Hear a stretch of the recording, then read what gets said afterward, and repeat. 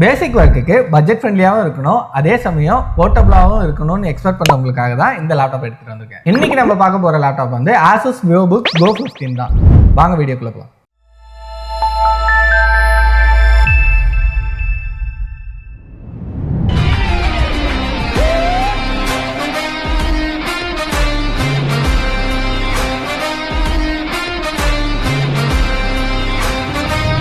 Design and build quality பார்த்துருவோம்.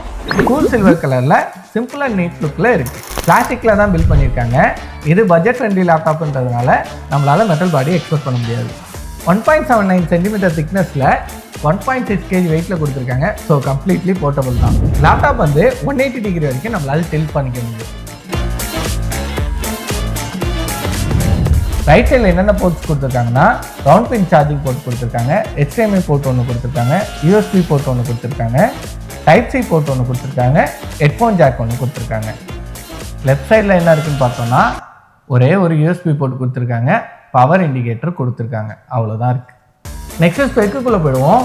Processor பார்த்தோம்னா i3 Gen N305 chip கொடுத்துருக்காங்க. இதில் அடடான்னு சொல்கிற அளவுக்கு 8 கோர் கொடுத்துருக்காங்க. பட் IEN சொல்கிற அளவுக்கு எல்லாமே எஃபிஷியன்ட் கோர் தான், நோ பர்ஃபார்மன்ஸ் கோர். இதில் டோட்டலாக 8 த்ரெட் வந்துடும். மேக்ஸிமம் கிளாக் ஸ்பீட் பார்த்தா 3.8 GHz வந்துடுது. 6 MB cache memory, integrated Intel UHD graphics card வந்துடும். 8 GB DDR4 ரேமும் ஸ்டோரேஜுக்கு 512 GB NVMe SSDயும் வந்துடுது. OS வந்து Windows 11 ஹோம் வந்துடுது. கனெக்டிவிட்டிக்காக Wi-Fi 6E கொடுத்துருக்காங்க, Bluetooth 5.1 வந்துருக்கு. சார்ஜர் பார்த்தோன்னா குட்டியாக 45 வாட்ஸ் சார்ஜர் கொடுத்துருக்காங்க. கேரி பண்ணுறதுக்கு ஈஸியாக இருக்கும். இதை போட்டு சார்ஜ் பண்ணோன்னா 60% சார்ஜ் ஆகிறதுக்கு 50 மினிட்ஸ் ஆகுது.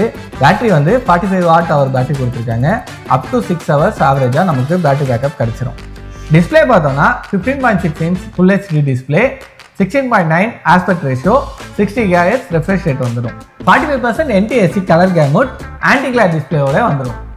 நெக்ஸ்ட்டு கீபோர்டு தான். கீபோர்டு பார்த்தா பேக்லைட் கீபோர்டு கொடுத்துருக்காங்க. இந்த பட்ஜெட்டுக்கு பேக்லைட் வந்துருக்கிறது ரொம்ப அதிசயம்.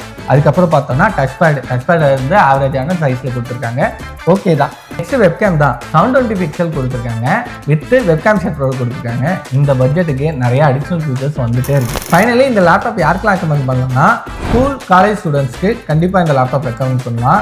MS ஆஃபீஸ் ப்ரீ இன்ஸ்டால்டாகவே வந்துடுது. ஸோ எக்ஸல், பவர் பாயிண்ட்டு இந்த மாதிரி ஒர்க்லாம் உங்களால் யூஸ் பண்ணிக்க முடியும். Casual office users, remote workers, email work, zoom meeting இந்த மாதிரி பேசிக் ஒர்க்ஸ்லாம் பண்ணுறதா இருந்தால் உங்களுக்கு இந்த லேப்டாப்பை ரெக்கமெண்ட் பண்ணலாம்.